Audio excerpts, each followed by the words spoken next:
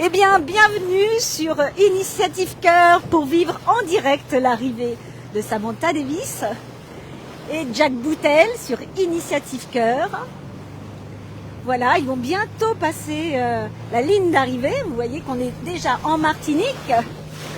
Quelques bateaux les suivent. Mais pour le moment, ils sont encore seuls à bord, car la ligne d'arrivée n'est pas passée. Alors, ils vont sans doute terminer juste devant Charal. Maintenant, on y croit très fort. Il y a eu une belle régate de fin de parcours. On va essayer de vous faire vivre cette arrivée en Martinique de la Transat Jacques Vabre. Alors, écoutez, en direct du semi-rigide avec l'équipe, la team Initiative Cœur. Et puis évidemment, les bateaux d'organisation, parce que c'est comme ça que ça se passe. Une course, on n'est pas tout seul, on encadre le bateau. Mais pour le moment, ils sont encore maîtres à bord. Donc pour rappel, la course est partie du Havre le 7 novembre. Après un retard de 10 jours dû aux tempêtes. Et puis ils ont mis 13 jours pour traverser l'Atlantique en nous régalant tout au long de ces 13 jours, non seulement par leur superbe parcours, mais aussi par leur partage. Comme vous le savez, ils font cette course à la fois avec un enjeu sportif, terminé dans le top 10, et là je crois que c'est bien réussi, mais aussi avec un enjeu solidaire, puisqu'ils avaient pour objectif de sauver 20 enfants, et à mon avis, si vous regardez le compteur, on y est. Donc c'est un superbe résultat. Alors là, je me trouve à bord du semi-rigide, avec vous. Puis écoutez, on va s'approcher du directeur de l'équipe, du team manager, qui va nous en dire un petit peu plus. Alors là, il conduit le semi-rigide, David Sino. Alors David Sino, vous le connaissez parce que c'est lui qui nous a régalé de toutes ces informations stratégiques sur la course, sur la météo. Vous avez pu lire dans le live et sur les réseaux sociaux. Donc il est avec nous et il va nous en dire un petit peu plus sur cette arrivée de course. Alors, content en tant que team manager? Ouais, super content là. Ils ont vraiment fait une très belle course. Là, on peut respirer. Hein. C'était le scénario était hyper stressant toute la nuit et toute la matinée parce que il y avait 4 bateaux qui se tenaient dans un mouchoir de poche. Et c'est vrai que depuis le début, à part les petites anomalies de classement qu'il peut y avoir des fois sur les écarts de route, mais on n'avait quand même pas vraiment quitté le top 5. Alors on avait vraiment à cœur de rentrer dans ce top 5 qui est une super performance. On est avec toutes les grosses écuries de l'IMOCA et pour toute l'équipe, là, c'est une super satisfaction. Le bateau arrive en très très bon état. Ils ont ils ont été gentils, ils nous ont pas réveillés la nuit avec des problèmes. Donc c'est une grosse satisfaction collective. Ils ont fait une trajectoire aussi qui était magnifique. Il n'y a pas vraiment eu d'erreur de placement. Donc voilà, là on peut savourer parce qu'il y avait encore un petit passage avec pas beaucoup de vent et les bateaux de derrière qui sont pas loin, mais on est en train de sortir de ce passage sous le vent de l'île, c'est-à-dire que le vent vient derrière l'île. Donc on n'avait pas beaucoup de vent. Là, ce passage est en train de se terminer. Donc maintenant, il va y avoir du vent régulier.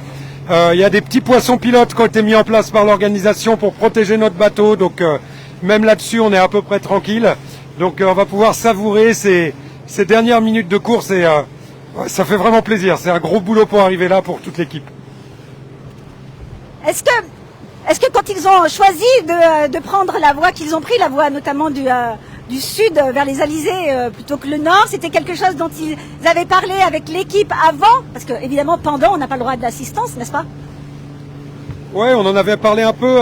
Après, c'est vrai que le nord ça aurait pu marcher parce qu'on voit que Justine qui a eu quelques petits soucis termine pas loin. On a un bateau, on a vu au début qu'elle est très très vite dans la brise et au près, donc peut-être même que ça pouvait passer avec notre bateau, mais en fait, faut jamais perdre de vue qu'on prépare le Vendée Globe aussi et on avait quand même quasiment tous les favoris qui partent au sud et c'est quand même intéressant aussi de rester avec la flotte. On a vu énormément de choses, on a appris énormément de choses sur notre bateau, sur là où on se situe par rapport à nos concurrents. Et si on était parti un peu tout seul dans notre coin, on aurait sans doute vu beaucoup moins de choses. Et je sais que ça, même l'avait dit ça avant le départ, elle m'avait dit si personne ou presque personne n'y va, on n'ira pas. On n'a pas envie d'aller jouer sans la flotte. Là, je pense qu'en termes de confiance aussi pour Sam et de positionnement par rapport à nos concurrents, c'était super intéressant de rester avec eux. Puis en plus, ça a bien marché. Et alors, c'est un peu étonnant, une régate comme ça sur les derniers jours du parcours. Comment est-ce que c'est possible après 13 jours de mer? Ouais, bah on voit, il y a un niveau de la flotte qui est très homogène. On disait, nous, au départ, que le top 5, c'était un objectif rêvé pour nous. Mais on savait aussi qu'il y avait une quinzaine de très bons bateaux. Donc, il y a une grosse densité de bateaux. Tous les marins sont excellents. On regardait, quand on suivait, il y a peu d'erreurs. Et voilà. Et puis après, c'est vrai qu'il y a la stratégie qui est la route qu'on prend quand on est complètement libre. Mais il y a aussi la tactique qui est le placement par rapport à ses concurrents. Et ils s'aimantent un peu tous. Ils n'ont pas très envie non plus de trop s'éloigner les uns des autres. Donc ça a tendance aussi, quand une flotte est très dense comme ça, à les garder au contact les uns des autres. Donc c'est pour ça qu'à la fin il y a très peu d'écart. Là, 12 jours de mer, on a 4 bateaux qui vont arriver après 12 jours de mer en quelques dizaines de minutes. On arrive, le premier est arrivé il y a une dizaine d'heures seulement, je crois à peu près. Donc on arrive aussi pas loin du tout des 3 premiers après 12 jours de mer. Non, c'est vrai que pour le team, c'est un des plus beaux résultats qu'on ait obtenus et ça fait du bien. Alors ce bateau, il est parfait? Ah, parfait, je suis sûr qu'on va débriefer dès aujourd'hui parce qu'il y a une course qui part dans 10 jours, course en solitaire retour, donc on va débriefer dès cet après-midi pour que l'équipe puisse se mettre au travail et je suis sûr qu'on aurait des idées pour l'améliorer, mais on a des petites évolutions qui sont prévues cet hiver et on est content parce qu'elles vont dans le sens des petits points où on a vu que c'est pas là où on était le plus à l'aise, donc ça va dans le bon sens. Après, faut pas qu'on se trompe, on mise aussi beaucoup sur la fiabilité, on fait des choix raisonnables à notre échelle et voilà, je pense que on a pris des bonnes décisions aussi depuis la construction de ce bateau et c'est ça qui paye. Il faut pas qu'on s'emballe, il faut qu'on reste sur notre même philosophie et notre même logique de choix et de préparation. Alors, je vais poser la question parce que je suis sûre que tout le monde se la pose. Est-ce que c'est possible pour un bateau comme Initiative Cœur, pour un skipper de l'envergure de Sam, de finir un jour premier, par exemple, d'une course longue comme ça, d'une transatlantique? Bah, c'est toujours possible. Après, moi je pense qu'on a vraiment des atouts. Là on voit, Sam elle a fait une trace parfaite. Notre bateau, on sait qu'on pourrait s'améliorer. Il y a des endroits où on fait des choix de fiabilité. On pourrait mettre le curseur aussi de la prise de risque un peu plus haut. On sait que les seules valeurs du projet ne sont pas que celles de la performance aussi. Donc oui, on a des curseurs qu'on pourrait encore monter pour encore se rapprocher des meilleurs. Mais bon, voilà, on a aussi nos moyens, notre taille d'équipe. Là, on se bat avec les 2 bateaux du team Bayou, on se bat avec les 2 bateaux du team Ruyant, Thomas Ruyant. Ils sont 25, on est 8. Ça fait une différence aussi. Je veux pas me tromper sur les chiffres de leurs équipes, mais en tout cas, c'est les ordres de grandeur. Avec Malaysia aussi, qui est une très grosse équipe. Donc, c'est normal que ça paye aussi à un moment donné. Donc, on va continuer. On va pas changer en fait. On va continuer. Et le Vendée Globe, on sait que c'est une course très longue. Malheureusement, on sait aussi, on l'a appris à nos dépens la dernière fois, on n'y était pour rien, ça a été une collision, mais parmi les bateaux qui sont devant nous, il y en aura encore des problèmes. Là, les bateaux ont eu assez peu de problèmes dans les 5, 6, 7 premiers. Il y aura des problèmes, donc voilà, il faudra être opportuniste. Je dirais quand même, sur les très grosses écuries, c'est comme la Formule 1, vous savez, quand on finit derrière Red Bull et Mercedes, ça a des goûts des saveurs de première place. Ben voilà, là, cette 5e place avec ce qu'on a, elle a des saveurs de victoire. Et alors ce duo Sam et Jack, en fait, ils se connaissaient pas depuis longtemps. Pardon, je vais essayer de faire comme ça. Est-ce qu'on peut dire maintenant que c'était quand même le bon choix, le bon duo? Il y a un peu de hasard dans tout ça et le hasard, des fois, ça fait très bien les choses. Ouais, il y a un peu de hasard. C'est une super rencontre, Jack. Un petit clin d'œil à notre ami Nico, parce qu'il y a 2 ans, avec Nico, il terminait à cette même place en Martinique. Et c'est vrai que c'était aussi un très beau résultat. Là, la flotte a encore monté de niveau. On est monté aussi avec ce bateau. Et puis on a eu un peu en dernière minute la nécessité de changer de skipper, de co-skipper. Et Jack, il avait vraiment les jambes bien chaudes, hein, puisqu'il arrivait du Tour du Monde à bord d'Eleven Hour. Il venait de gagner la Ocean Race. Et puis, il a un profil assez différent de Sam, parce que Sam, c'est une excellente navigatrice, régleur, stratège. Et Jack, il a peut-être plus un profil sur l'équipier, la gestion du bateau, la gestion technique du bateau. Et Et c'est sûr que c'était un super duo, hyper complémentaire. Puis c'est un jeune gaillard solide, hein, vous le verrez. Jack, il a 30 ans, juste un peu plus de 30 ans, il est très costaud. Et ça, je pense aussi que ça joue. Donc, c'est une super rencontre. Et puis en plus, il va très bien dans le projet Initiative Cœur parce que c'est un type vraiment charmant. Et ça a matché avec l'équipe dès le début, quoi. On a senti qu'il était rentré très facilement dans le projet, même on allait dire comme un gant, et notamment dans la partie solidaire du projet, parce qu'on lui a vu des sourires et une façon de communiquer même pendant la transat. On sait que c'est pas tellement facile et il n'a pas eu beaucoup l'occasion de le faire, mais il l'a fait avec un naturel très enthousiasmant. Ouais, il est super fort pour faire les chœurs avec les mains. Il y a des gens de l'équipe, moi le premier, qui font moins bien après pas mal d'années. Et c'est vrai que on a senti que il naviguait avant déjà sur un projet qui défendait une cause plus environnementale. Je crois que c'est important pour lui de défendre autre chose que la performance pure. En tout cas, ça transpirait qu'il se sentait bien dans les valeurs de ce projet. Il s'y intéresse aussi, il nous pose des questions sur cette dimension du projet. Et c'est vrai que ça a été très très fluide depuis le début de travailler avec lui, quoi. Est-ce que le fait qu'ils communiquent tous les deux en langue anglaise, c'est un plus finalement? Ouais, je pense que c'est un plus. Moi, j'ai navigué pour la première fois avec Sam parlant anglais sur les runs du défi Azimut avec Jack à bord, et c'est sûr que Sam parle très bien français. On a l'habitude dans le projet de l'avoir nous parler français, mais sa langue maternelle, ça reste l'anglais, et je pense qu'il y avait une fluidité, même un état d'esprit peut-être qui était intéressant dans le fait qu'ils communiquent tous les deux dans leur langue maternelle. Est-ce que pour aller toujours sur ce sujet de Jack Boutel qu'on découvre comme co-skipper et qu'on apprécie, est-ce que à la suite de cette première collaboration, on peut en imaginer d'autres avec Initiative Cœur?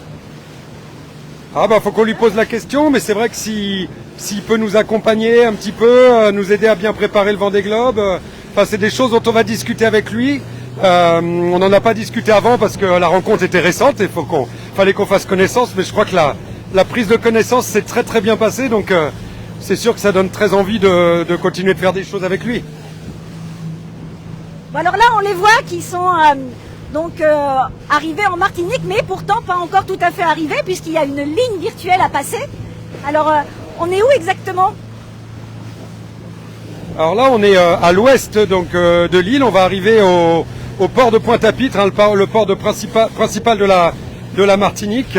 On a l'anse des Trois-Îlets. On va passer devant l'anse des Trois-Îlets bientôt. Alors c'est pas une ligne virtuelle, hein, c'est une ligne bien réelle qui sera matérialisée d'un côté par une bouée orangée, rouge un peu, et puis de l'autre côté par un catamaran à voile. Donc il faudra qu'ils passent entre ces deux marques de parcours, et là ils pourront enfin exulter. Donc je sais pas si on la voit au loin. Là il y a une bouée de chenal. Oui, on voit le catamaran blanc devant nous, à droite de la grande tour de la ville. Sylvie va essayer de vous montrer ça. Vous voyez, il y a une grande tour dans l'axe du bateau qui est devant nous, et à droite il y a un petit bateau blanc. Et ça c'est cette ligne d'arrivée qu'ils vont franchir. Donc là ça va aller très très vite, hein. Là le bateau il est à une quinzaine de nœuds parce qu'on est assez serré, même peut-être un peu plus. Et la ligne d'arrivée, là je pense que dans 3-4 minutes elle sera franchie. Donc et après qu'est-ce qui se passe une fois qu'ils ont franchi cette ligne? Qu'est-ce qui se passe pour eux? Après on va faire la fête, on va boire des petits punchs avec eux. Juste avant. Juste avant, ils vont d'abord rouler la voile. En fait, ils vont abattre, c'est-à-dire ils vont se mettre dans l'axe du vent, ça va ralentir le bateau. L'équipe technique va monter à bord et puis va les aider. Là, ils vont se laisser porter, va les aider à ranger les voiles. Pour la première fois, alors ils vont vivre ça un petit peu comme une intrusion, hein, parce que ça fait quand même 12 jours qu'ils sont tous les deux sur leur bateau. Et là, d'un seul coup, il y a des gens qui vont monter. Il y aura Joseph, il y aura Jay, il y aura Vito. Et puis ils vont prendre le bateau en main pour tout ranger et pour qu'eux ils puissent savourer, lever les bras et puis raconter un petit peu tout ce qu'ils ont vécu. Et puis ensuite on ira au ponton et là on les accueillera au ponton, on leur fera la fête, voilà. Et puis après on prendra un petit peu de bon temps.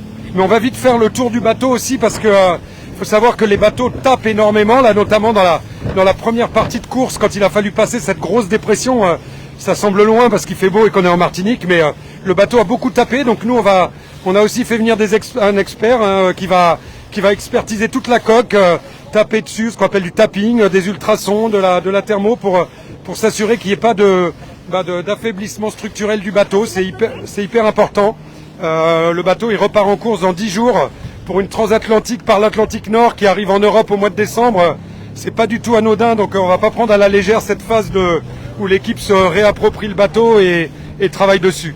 Et c'était super parce que hier on dînait avec l'équipe et j'entendais l'équipe qui disait c'est trop cool, on va retrouver notre bateau, on va pouvoir s'en occuper. Ouais, je pense que tout le monde met quand même beaucoup d'engagement et beaucoup de passion dans le travail au quotidien sur ce bateau et c'est quand ça se passe bien comme ça, c'est une super récompense. On peut dire que la différence avec la route du Rhum l'année dernière, c'est que Sam elle a pris en main cette fois son bateau. Ouais, là, on avait vraiment une feuille de route assez claire l'an dernier. Fallait découvrir le bateau, réussir à se qualifier, traverser l'Atlantique une première fois en solitaire, puis en équipage pour le ramener. Et on s'était vraiment dit qu'en double sur la Jacques Vabre, le but c'était vraiment d'aller voir où est-ce qu'on pouvait être en performance. Et là-dessus, sur cette Jacques Vabre, on est vraiment exactement dans les objectifs où on voulait être en termes de feuille de route. Maintenant, il reste 3 transatlantiques en solitaire, c'est dense jusqu'au Vendée, mais voilà, donc il va falloir aussi se remettre dans un état d'esprit qui est celui du solitaire, où il y a des concurrents aussi qui sont redoutables, et donc on passe dans une autre partie, mais le but c'était vraiment de naviguer à 100%, et ils ont pu le faire à la fois parce qu'ils ont très bien navigué. Sam a super bien navigué, je pense qu'elle a été beaucoup à la stratégie et à la route, et elle a fait une trace magnifique. Jack était l'équipier qu'il nous fallait. Le bateau a très bien tenu, il n'y a pas eu d'avarie, donc ils ont pu vraiment aller à fond pour voir quel est le potentiel de ce bateau de Sam et maintenant aborder Voilà, c'est que dans un an le Vendée Globe, ça va venir super vite. Donc voilà, prochaine étape avec envie et puis humilité en même temps, on va pas s'enflammer. Alors, apparemment on est prêt de passer cette ligne, c'est ça? Ouais, nous sur le semi-rigide, on va passer la ligne là, juste devant Sam. Quand vous verrez passer la petite bouée orange derrière le bateau, c'est que Sam passera la ligne. Sam et Jack, pardon. Vous pouvez exulter, on vous le dit. Dans combien de temps là? Quelques secondes. Alors vous voyez, on secoue beaucoup, pardon. On secoue beaucoup, je peux leur dire, on secoue beaucoup là dans le semi-rigide parce que le bateau va vite. Ouais, on secoue parce que le bateau va vite et puis qu'il y a beaucoup de monde qui est venu pour les accueillir. Ils sont populaires même en Martinique. Là, on va pouvoir faire un petit compte à rebours. Regardez, là, il commence à lever les bras, même si la ligne n'est pas franchie. Allez, je fais un petit décompte.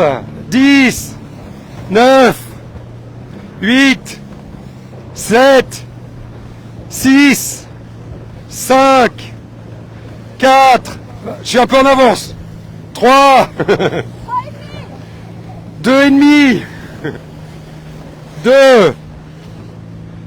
1 et demi, 1, 0, là on passe là, on est en train de passer la ligne, voilà. Là ils vont pouvoir lever les bras, vous allez les voir sortir de la cabine d'une minute à l'autre. Voilà, minute. Bravo, ça y est, c'est fait.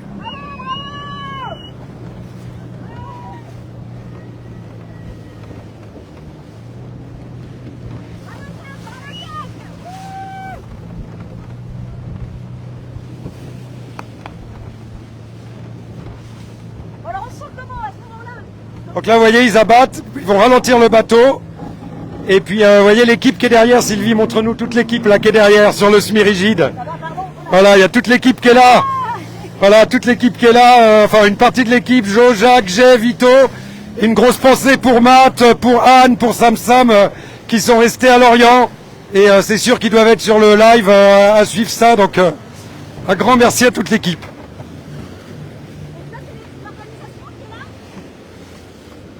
Là, c'est la production, de l'organisation, et puis il y a la direction de course qui va venir, qui va vérifier les plombages aussi. Il y a des choses qui sont scellées pour pas qu'on puisse utiliser le moteur, donc ils vont vérifier que tout ça est bien en place et que donc il n'y a pas de raison de mettre de pénalité. Normalement, tout est en place. On n'a pas eu d'informations contraires là-dessus. Voilà. Alors bien sûr, vous voyez ce bateau, il y a plein de choses écrites dessus. On a une grosse pensée pour Mécénat Chirurgie Cardiaque. Pour nos sponsors, Initiative Les Chocolats du Cœur, Caline et Vinci Énergie. C'est aussi eux qui nous ont fait confiance en nous confiant la construction de ce bateau il y a 1 an maintenant. Savoir quand même que ce bateau, il a été quand même essentiellement construit par le team à Lorient. On a récupéré une coque la plus nue possible et tous les systèmes qui soient composites avec Sam, qui soient électronique, énergie, électricité avec Joseph, qui soient mécanique avec Anne, qui soient tous les systèmes de réglage à castillage avec Jay ou tous les cordages avec Vito. Tout ça, ça a été fait par l'équipe à Lorient avec l'aide d'autres personnes qui sont venues nous renforcer. Donc ça aussi, c'est une belle satisfaction parce que ce bateau, c'est vraiment le bébé de l'équipe, quoi. C'est vraiment le nôtre.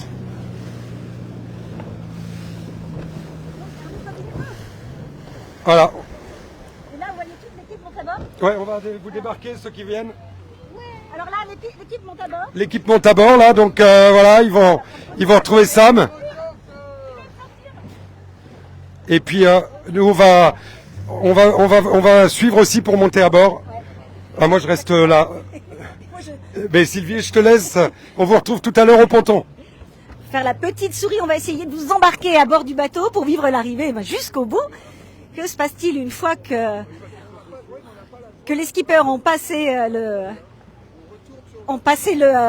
la ligne d'arrivée? Ce qui se passe, c'est qu'ils laissent la main.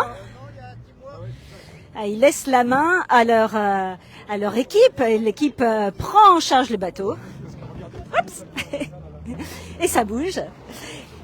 Et là, la question qui se pose, c'est comment monter à bord. Voilà.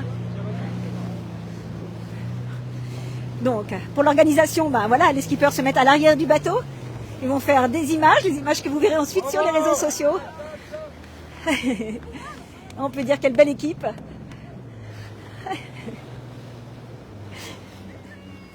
Bravo à vous, bravo. Je vous laisse savourer.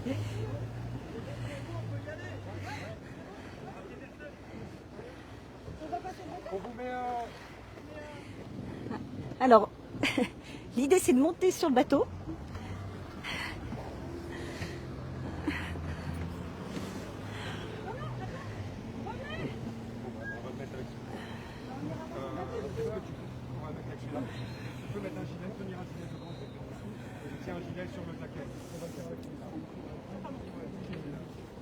Voilà, alors, petit flottement, parce qu'on va essayer de se mettre à couple sur le bateau. Mais ces bateaux sont fragiles, ils traversent l'Atlantique, ils subissent des forces dans les voiles, mais il n'est pas question qu'avec un semi-rigide, on les éperonne, n'est-ce pas? Du coup, Caro fait une sorte de pare-battage, c'est-à-dire fait maison, voilà, c'est-à-dire une protection pour qu'on n'abîme pas la coque du bateau en se mettant tout près de sa coque.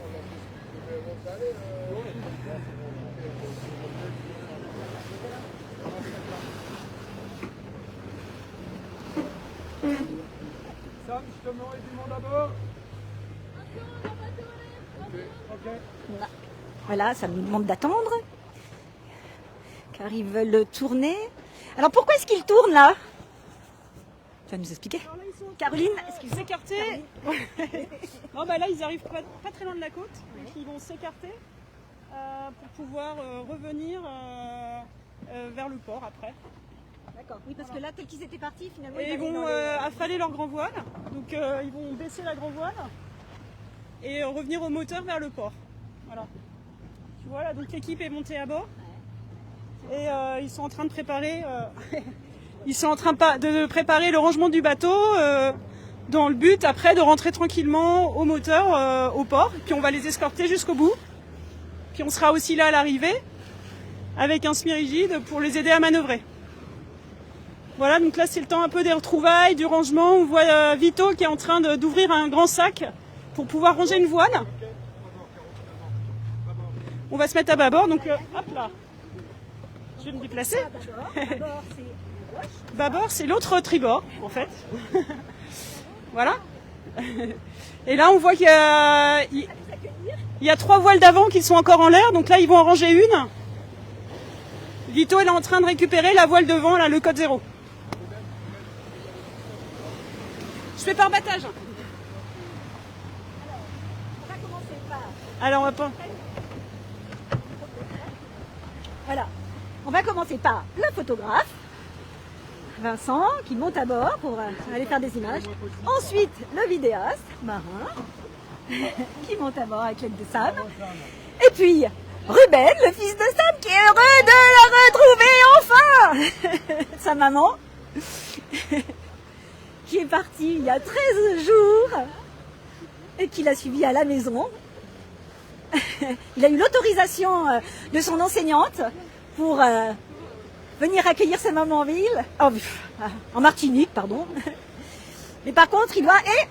Et moi Et... Ah, je viens pas toute seule, je viens avec plein de personnes, la communauté. On est au volcan, c'est pour ça que ça se dit que...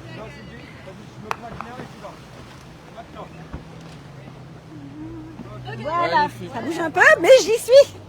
Alors, et la pancarte. Attends, on a le temps, on va... Charles doit se taper le ponton d'abord. Bon, voilà. Alors voilà, ça y est, nous y sommes. Nous sommes comme une petite souris à bord la Moka Initiative Car avec Jack. Bonjour Jack. Bon, écoute, merci pour cette merveilleuse course. Hop, je te donne le micro. On est en live avec toute la communauté. Ah cool. Si tu veux dire un petit mot. Ouais, bah très content d'être là, très content avec notre 5e position. C'était un parcours sportif tout le long, mais c'était super avec Sam. On a bien bossé, on a bien poussé le bateau. Et l'équipe technique et toute l'équipe à terre, ils ont fait un super boulot. Je peux pas dire assez de bonnes choses pour la préparation bateau, et ça nous permettrait de vraiment pousser le bateau. Et ça c'était cool. Et aussi le soutien de le public avec 19, on est à 20 20, ouais, voilà. Excellent. Donc merci à le public pour ça, parce que ça c'est même presque plus cool que le... Bon, égal. Les Pas trop deux fort. sont égales. D'accord. Trop fort. 5e. Vous êtes 5e. Donc vous aviez dit top 10. C'est au-delà de ce que vous imaginez, ou c'est comme ça que vous voyez votre course avant le départ? Oui, c'est au-delà des top 10, donc je suis super contente. On a très bien navigué, donc je suis très fière. Oui, peut-être 4e aurait été possible, mais on n'arrivait pas à matcher en vitesse, donc pas déçu non plus. 5e, c'est notre place et je suis fière. Ah, on y a cru, là. On a tous poussé derrière, dit ouais, peut-être la 4e. La régate finale était incroyable. Incroyable, un peu stressant là aujourd'hui. Ouais. Non, avec les 4 qui arrivent, avec Justine Teamer qui arrive par l'ouest, c'était hyper proche avec eux. Et aussi Boris, à chaque fois, il avait une option un peu différente que nous. Donc le vent, c'était tellement instable qu'on ne savait pas trop qu'est-ce qui va se passer. Et au final, c'était juste Charles qui avait un peu plus de vitesse que nous dans le petit temps. Donc voilà, c'est le bateau un peu le plus optimisé dans la flotte. Donc c'est pas trop grave, mais ça donne envie de bosser plus et optimiser plus le bateau et aller battre pour plus haut, quoi. Vous pouvez nous montrer où ils sont les autres là? Ils sont Oui, là, il vient d'arriver là. ouais, ils sont pas encore arrivés. Ah, dans un mouchoir de poche. Ouais. Les deux autres. La teamwork devant et voilà. Ouais, tu vois, juste devant Boris. Bon, content d'être arrivé et pas trop crevé? Je pense que ça va, là il y a beaucoup d'adrénaline, mais je pense que dans quelques heures ça va. Vous avez dormi beaucoup? Comment c'était à bord? On a réussi à pas mal dormir. Je pense qu'on a, même si on a commencé un peu tard ensemble, on avait une bonne communication, une bonne écoute et on n'a pas trop gâché du temps. On a vraiment privilégié aussi le repos pour être efficace. Donc on a réussi, mais il y a des moments sur ces bateaux-là, quand ça va vite, ça bouge trop, ça fait trop de bruit. Et donc il y a des moments où le sommeil est difficile, mais on a pu se reposer un peu quand même. C'est l'avantage d'une course en double quand même, c'est qu'on est un binôme à bord, contrairement à la course solitaire, on doit faire tout seul. Exact. Et là, c'est vraiment bien. À deux, pour plein de raisons, les manœuvres ça va plus vite pour prendre les décisions ensemble. Tu ce qu'on a fait, on n'arrêtait pas d'échanger pour être sûr, est-ce qu'on est sûr, on fait ci, on fait ça. On a beaucoup parlé, donc c'est clair que c'est un travail d'équipe à deux et c'est vachement chouette. Et ça, voilà, là, ça a super bien marché. Sam, alors tu gardes Jack sur ton bateau. Ah, j'aimerais bien, ouais. Mais sauf que la prochaine course, c'est en solitaire, je crois. Ouais, là c'est à ça maintenant. Hein. Elle a 11 jours, je pense, pour reposer un peu. Mais c'est sûr, ça va être sport. Mais après, c'est tout le monde, c'est dans le même état. C'est pas comme tout le monde est fraîche, c'est juste Sam qui est pas. Et je vais garder quand même Jack un peu sur le bateau parce que là, depuis 10 jours, on a beaucoup appris ensemble. Et lui, il a apporté plein de choses. Et tout ce qu'il m'a apporté cette course, je vais pas oublier. Et je pense que grâce à ça, je vais naviguer mieux sur la course retour en solo. Donc, il ne sera pas là physiquement, mais sa photo, non, je sais pas. Pas besoin. Mais ce qui t'a apporté. Oui, c'est clair. Et c'est sûr que ça va. Et je pense que dans les 10 jours-là, on va faire un peu de débrief ensemble pour profiter de tout ce qu'on a appris sur cette course. On va débriefer, on va préparer la prochaine course. Et je pense que moi, je tiens un peu sur Jack. Il va donner un peu de l'aide pour bien préparer le bateau pour le retour et peut-être juste avant que je parte, pour que je parte avec de bonnes configs, un peu comme les routages avant de partir. Donc le programme là, c'est se reposer et puis débriefer, c'est ça? Exact. Voilà, première chose, c'est il faut qu'on fasse demi-tour. Ouais. Déjà. Bon, juste un peu Sinon- sur la partie solidaire et puis on va vous laisser pour terminer. Attention, ça va pencher. Ça va pencher peut-être beaucoup. She with a frac. Juju's on a frac. And Boris is on a J2. It's I feel like the breeze has actually just come in more and more as we. Voilà, l'idée là, c'est de tourner pour aller à la fin de course. Bon, merci au bête. You're like, Je pense qu'il y a un dernier. On tourne pour aller vers Fort-de-France, c'est ça? Là, on fait, oui. Donc là, on a de la chance parce que l'équipe technique, de super équipe technique, a bien bossé sur le bateau parce que, comme dit Jack, on a eu très peu de soucis techniques. Le bateau était bien préparé, on a pu bombarder sans inquiétude. Donc ils sont là et c'est eux qui vont, tout de suite ils ont pris le bateau. Donc on peut se lâcher. Ils vont ranger là c'est le moteur qui démarre et va tourner au ponton parce que là il faut faire l'arrivée au ponton et je crois qu'il y a Cheryl qui fait actuellement et après nous et après ça enchaîne pour je crois que Juju et puis Boris donc ouais donc c'est chouette d'avoir 4 bateaux tous ensemble, on va bien faire la fête ensemble je pense. Vous avez bien raison, on va vous laisser tranquille. Ok, cool. Bah, merci. Et merci à tout le monde qui suivent. Parce que c'est grâce à vous qu'on a sauvé 20 enfants. Trop fort. Ouais, j'espère que c'est pas facile à envoyer des nouvelles tout le temps, mais on a quand même envoyé quelques vidéos, quelques nouvelles. Donc merci pour tout votre soutien et à très bientôt pour la prochaine.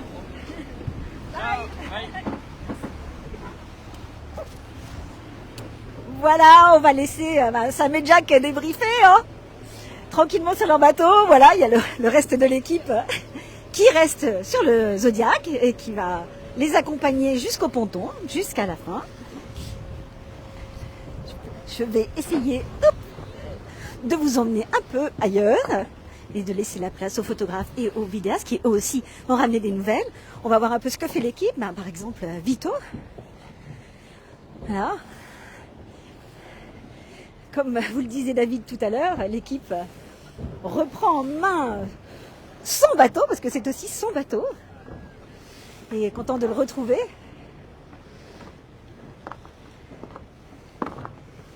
Et là, pendant les 10 jours où le bateau va rester en Martinique, où Sam va se reposer et débriefer, l'équipe va vérifier les bouts, les voiles. Il y a une petite voile, je crois, qui s'est un petit peu déchirée. Ils vont essayer de revoir ça parce que le bateau va repartir avec ces mêmes voiles. Et dans cet état, pour une transatlantique qui passe par l'Atlantique Nord et qui ne sera pas de tout repos non plus. Jay, content de retrouver le bateau? Oui, c'est cool pour la 5e place et le bateau c'est en bonne condition. C'est plutôt bien pour le retour à la base. Mais ouais, tout le monde c'est content. Fier de ce bateau, fier du skipper, fier de tout?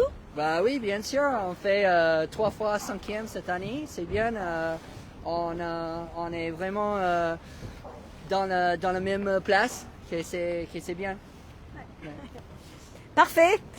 Donc là, voilà, tout le monde, voilà, je vous montre.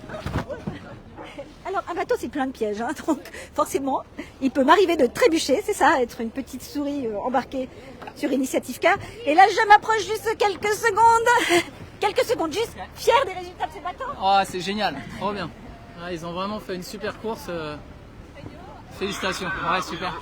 Et alors, le stress à l'arrivée, t'as encore des ongles? Hein? Ouais. Oh, les 2-3 derniers jours, c'était stressant depuis longtemps. Et plus on s'approche de la ligne, plus c'est stressant. Et puis, bah voilà, c'est comme ça. Hein. Au bout du compte, la place est parfaite. Ok, donc là, le programme, c'est on apponte? Ouais, donc là, il y a toute une petite procédure à respecter qui va être un petit peu speed parce que il y a 4 bateaux qui sont très très proches. Donc il faut qu'on passe au ponton d'honneur pour tout le petit protocole des médias, de la direction de course, des partenaires et tout ça. Ensuite, on va se mettre à notre place de ponton pour que le bateau puisse se reposer, que les skippers se reposent, que tout le monde reprenne sa place, quoi. Alors tout le monde se repose, sauf l'équipe finalement. Ouais, nous on a un peu de boulot, nous. Il y a déjà pas mal de... On est déjà au courant d'un paquet de petites choses à faire. Sam et Jack nous ont tenus au courant de ce qu'ils voyaient durant la course. Maintenant, forcément pendant la course, ils n'ont pas le temps de tout vérifier. Donc ça va être notre boulot de l'après-midi et de demain. Et puis après, tout remettre en route parce que Sam, elle rentre du coup toute seule sur son bateau. Donc il faut que le bateau soit nickel dans 10 jours. Et elle rentre en mode course, pas en mode convoyage. Donc c'est encore plus important que le bateau soit... Ouais, c'est une préparation exigeante parce que c'est vrai que c'est un mode course en solitaire pour arriver en Bretagne au mois de décembre. Donc du coup, ouais, on a du boulot quand même. Bah, merci beaucoup. Voilà, nous allons vous quitter puisque nous allons bientôt apponter, mais pas encore, puisqu'on suit le protocole et que, comme on vous le disait, Charal était juste devant nous et pour le moment il est au ponton, donc il faut qu'on prenne le temps, que chacun ait son temps au ponton. Merci d'avoir suivi ce live et puis à très bientôt, pourquoi pas pour le redépart, c'est le 30. On n'a pas encore tout à fait l'heure du départ, mais on vous tiendra au courant. Donc si on peut faire un live de redépart, on le fera, mais on vous tient au courant. Bonne soirée à tous et puis on vous envoie un peu de soleil de Martinique du coup. Au revoir, à bientôt.